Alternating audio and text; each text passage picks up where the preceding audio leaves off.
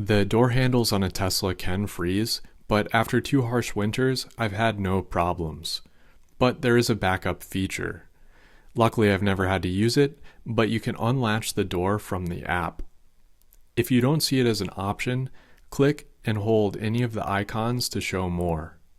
For a quick side note, you can also swap out these icons for the ones that you would use most often. It'll give you a little quicker access. For another backup for frozen handle, Tesla winter tip number 2, you can preheat your Tesla from your phone. Depending on how much snow is piled up, it really shouldn't take long. You can walk outside and there's no need to scrape or brush off your windshield. You can also set this to automatically happen. If you're driving to work, let's say Monday through Friday around the same time every day, you can schedule it in advance. It'll save you a little time.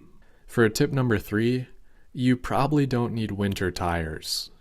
If you have an all-wheel drive Tesla, they do really well in the snow. I've driven on steep roads in the winter, and I've used the factory default tires the majority of the time. I'm close to 50,000 miles, and I think it was above 40,000 when I got mine replaced. Also, I've been on these tires on the highways when they've gotten shut down in the winter, literally blocked from going any farther.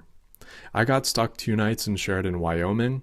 I slept in my Tesla when it got down to negative 15 degrees. To see how that worked out, check out my video in the description. However, if you do have a rear-wheel drive model and you're a more aggressive driver, winter tires might come in handy. For winter tip number 4, navigating to the settings, you can turn on slip start and chill mode for better traction control. It's easy to turn on these features, and chill mode is going to slow down the acceleration, so maybe you're a little less likely to be going faster and finding yourself slipping on ice. For Tesla winter tip number 5, it's always good to carry around an emergency blanket in your car. This and other safety gear, it's not useful 99% of the time, but when you need it, it could be life-saving. And there's hidden storage space in a Model Y. A lot of people overlook this. You can hide a blanket in that space and a few other items. This is a list of Tesla winter tips that many people have overlooked. I've also made it a quick guide. If you want me to expand on any of the tips, please let me know in the comments. Also, I'd really appreciate it if you tap that like button and subscribe, because that helps me out as a small content creator. For tip number 6, keep in mind that the Model Y and Model 3 have very low road clearance, so be extra cautious in the winter. In the winter when I was driving in Yellowstone, I planned a car camp just outside the park on a Forest Service road, but I only made it about halfway. With the snow, I didn't want to risk it, so I ended up stealth camping in the town that night. For Tesla tip number 7, be wary of the tire pressure. You could see a notification pop up, but you can also check it in the settings to see if the cold air is reducing the PSI. You can also see each individual tire to see if they're balanced out properly. Now, for another Tesla feature that's easy to miss, and hopefully you'll never need it, there is a towing mode. If you search it, it's easy to enable, and it can help when you're stuck in the snow to disable the parking brake.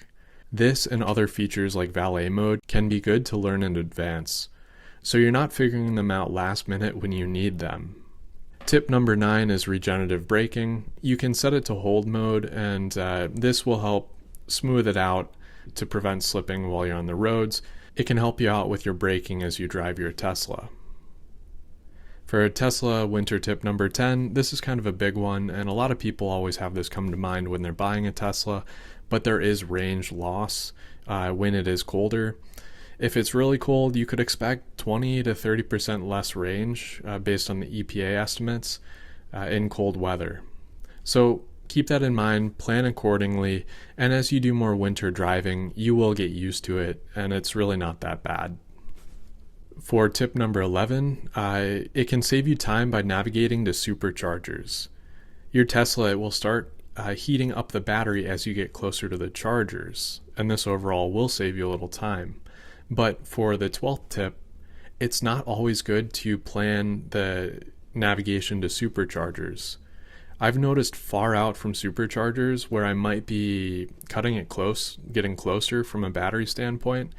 I've had the battery start preconditioning, and this was using a decent amount of the battery, so I turned off the navigation until I got closer to the chargers. But how did I know it was using energy way in advance? For tip number 13, keep an eye on the energy graph. You can monitor it to understand your cold weather consumption patterns, and then you can adjust accordingly or just have better expectations for your future trips. Winter tip number 14, you can also schedule and plan your charging because the battery has to heat up to charge.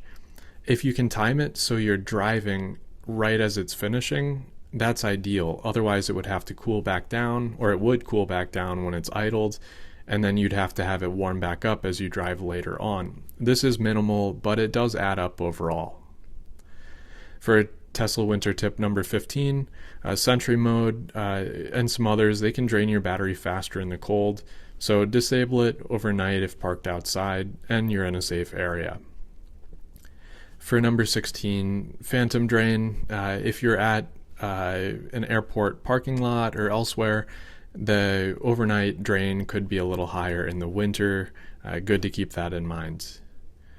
Tesla tip number 17, when getting windshield wiper fluid, make sure it's rated down to, let's say, negative 40 degrees Fahrenheit. This will prevent it from freezing when it gets quite cold.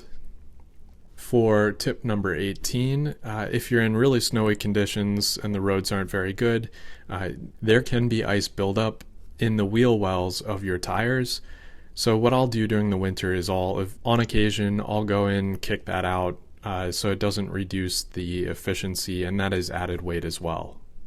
For number 19, and this kind of plays into some of the other points, with emergency heating, you're just always going to want to try to keep the battery above 20% for heating if stranded, or that'll give you a little extra of a charge to get to a charging place.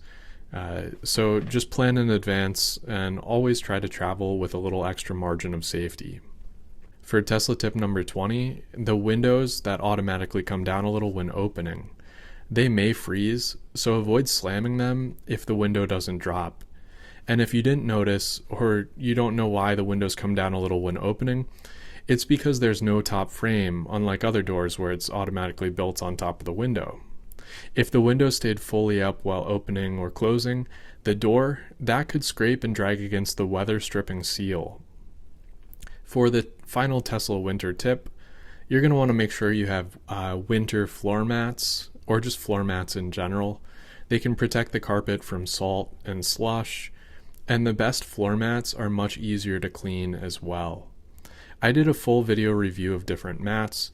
Check that out, and I'll add my other top Tesla videos and guides in the description. And again, I'd really appreciate it if you just tap the like button and subscribe.